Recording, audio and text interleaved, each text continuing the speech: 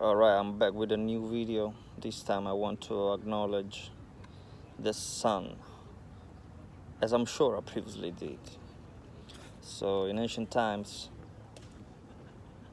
in our locations, so to speak, the sun was called Ra or Re, and that means a sun god. It's Egyptian sun god, symbolized by, by the power of the pharaoh, of being the mediator from the spiritual realm and this physical realm. And of course, the sun was essential in this practice of illuminating,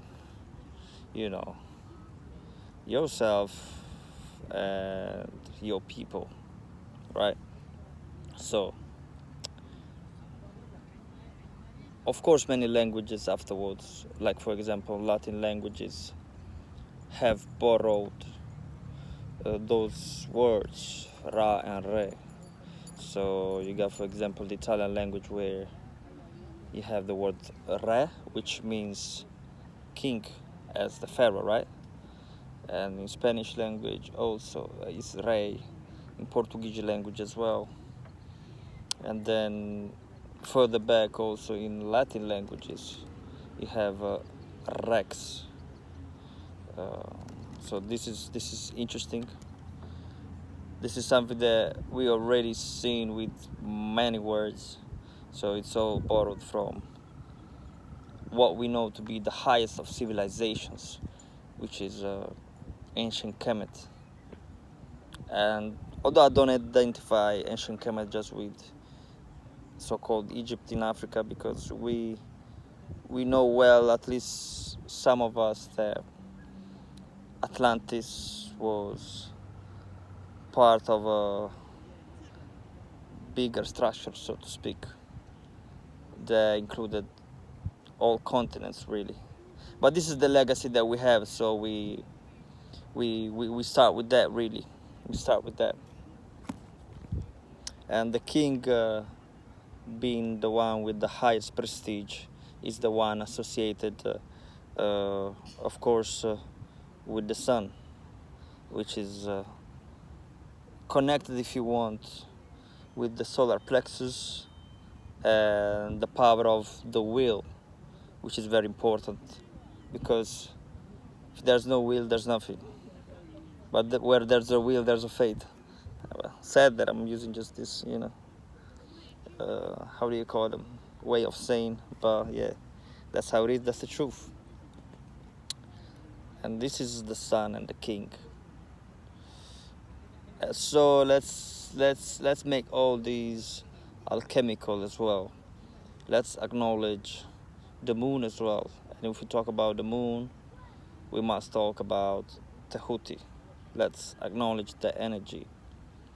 And let me read something that I wrote. So, the breath is the wind of God, coming from the window of God, the mouth, out of which you see creation by the power of your word, speaking to existence. May the wind carry these words like a carrier pigeon, the mighty ibis, hymn to Tehuti.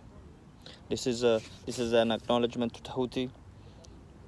I don't think that energy want to be really disturbed in general, because it deals with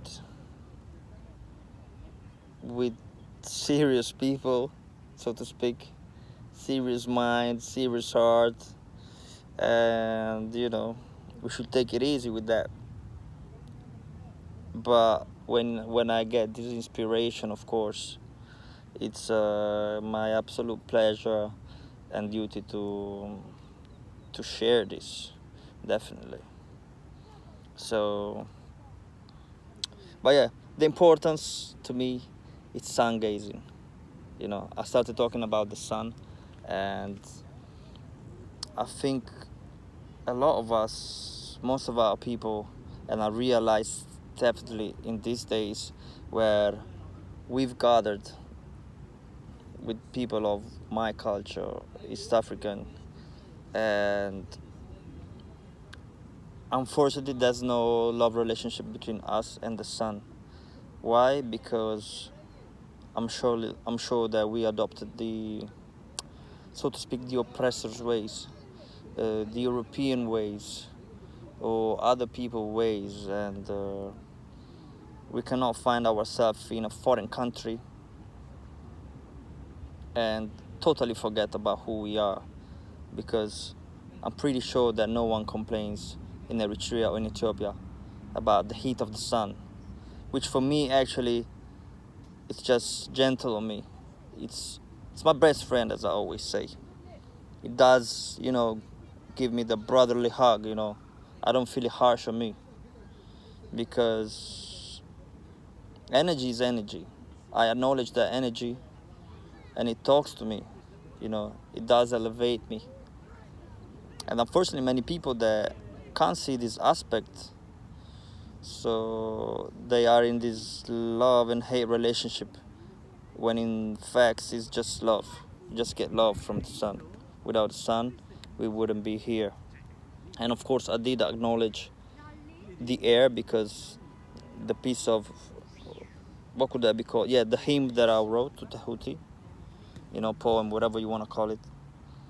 It does acknowledge the breath, which I compared it to the wind of God, the air. So we know that someone is called the Prince of Air, yeah, which is Satan, by the way, the Prince of Air. And it makes me think about the Fresh Prince of Bel Air, which is Will Smith, by the way. The Fresh Prince of Air, which is, yeah, it's called Satan. But the real, in my opinion, that's how I'm seeing this situation. The real Prince of Air is whoever deals with air. And we have animals that fly in the air, So like, for example, I don't know, the ibis, or uh, eagles, and so on. And it's not just an accident that, certain deities were represented with these certain animal characteristics.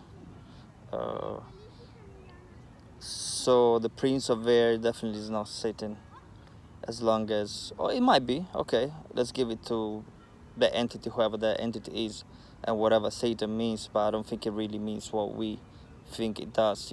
If you really dig deep into the research of it. But the prince is nothing as long as the king is around, and the king of air is potentially Heru, the falcon, which is able to see from so far. Is the eye, is the representation of the eye, or of course Tehuti, which represents the consciousness itself. But yeah, Heru and Heru consciousness represent this, the first eye, commonly known as the third eye. And the way I see it, and the way I've seen it ever since I had a certain spiritual reawakening, is this is the mother eye, or vice versa. This is the father eye, and the third one is you. It's the elevation. You are on top of the pyramid. You are the shining star, and you're supposed to be better than your parents. That's the mechanism. I think we have, it's not a mathematical, certainty, but we are supposed to be all the soul compared to our parents, so we can pave the way and make things better. So, mama, papa, and this is you, the first eye. So it's on you, Heru consciousness, also called Christ consciousness. 1, 2, 3. The third day you resurrected. Yeah. I'm signing out.